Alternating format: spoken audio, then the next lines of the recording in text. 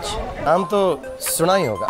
শরীফুল রাজ বর্তমানে বাংলাদেশের বাণিজ্যিক চলচ্চিত্রে তার উপস্থিতি ক্রমেই দৃশ্যমান হয়ে উঠছে। যান্ত্রিক কাহিনী ও যাত্রাপ্রবণ ধারার সিনেমা থেকে সরে এসে দেশের চলচ্চিত্র শিল্প যখন বিষয়বস্তুর গভীরতা ও নির্মাণের উৎকর্ষের দিকে অগ্রসর হচ্ছে, সেখানে শরীফুল রাজ নিঃসন্দেহে বেশ গুরুত্বপূর্ণ অবদান রাখছেন। 2012 সালে শরীফুল রাজ র্যাম্প মডেল হিসেবে ঢাকার ফ্যাশন অঙ্গনে পথ চলা শুরু করেন। ক্যাটওয়াক, বিলবোর্ড এবং বিভিন্ন বিজ্ঞাপন চিত্রে পেশাদারভাবে কাজ করার মাধ্যমে তিনি দ্রুত পরিচিতি লাভ করেন। মডেলিংয়ের এই অভিজ্ঞতা তাকে ক্যামেরার সামনে স্বাচ্ছন্দ্যভাবে কাজ করার আত্মবিশ্বাস এনে দেয়, যা পরবর্তীতে অভিনয়ের প্রতি তার আগ্রহকে আরও দৃঢ় করে। 2015-16 সালের দিকে নির্মাতা রেদওয়ান রনি তার নতুন চলচ্চিত্র আইসক্রিমের জন্য একজন নবাগত মুখ খুঁজছিলেন। সেই সময় রাজকে দেখে তিনি মুগ্ধ হন এবং সিনেমাটির প্রধান চরিত্রে অভিনয়ের সুযোগ দেন। এই ছবির মাধ্যমে শরীফুল রাজ বড় পর্দায় ডেবিউ করেন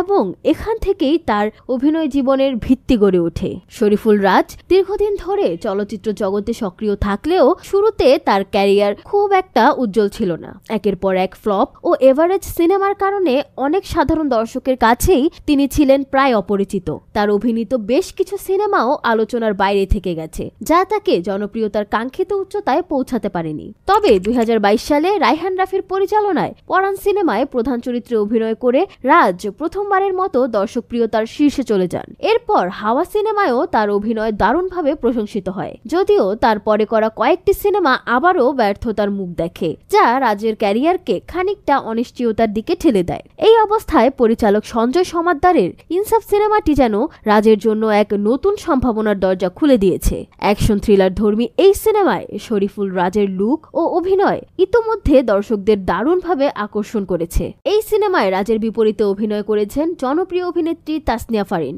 একই সঙ্গে দর্শকদের চমকে দেওয়ার মতো একটি গুরুত্বপূর্ণ চরিত্রে যুক্ত হয়েছেন গুণী অভিনেতা মোশাররফ করিম। তার খল চরিত্রে অভিনয় সিনেমাটিকে দিয়েছে এক বিশেষ মাত্রা।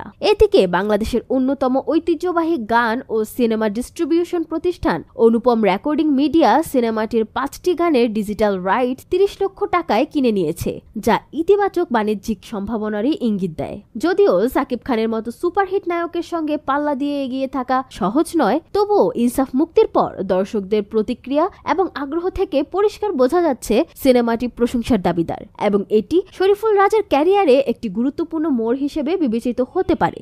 লাস্টের টুইস্ট ইনসাফ অ্যাবসলিউটলি স্যাটিসফাইড।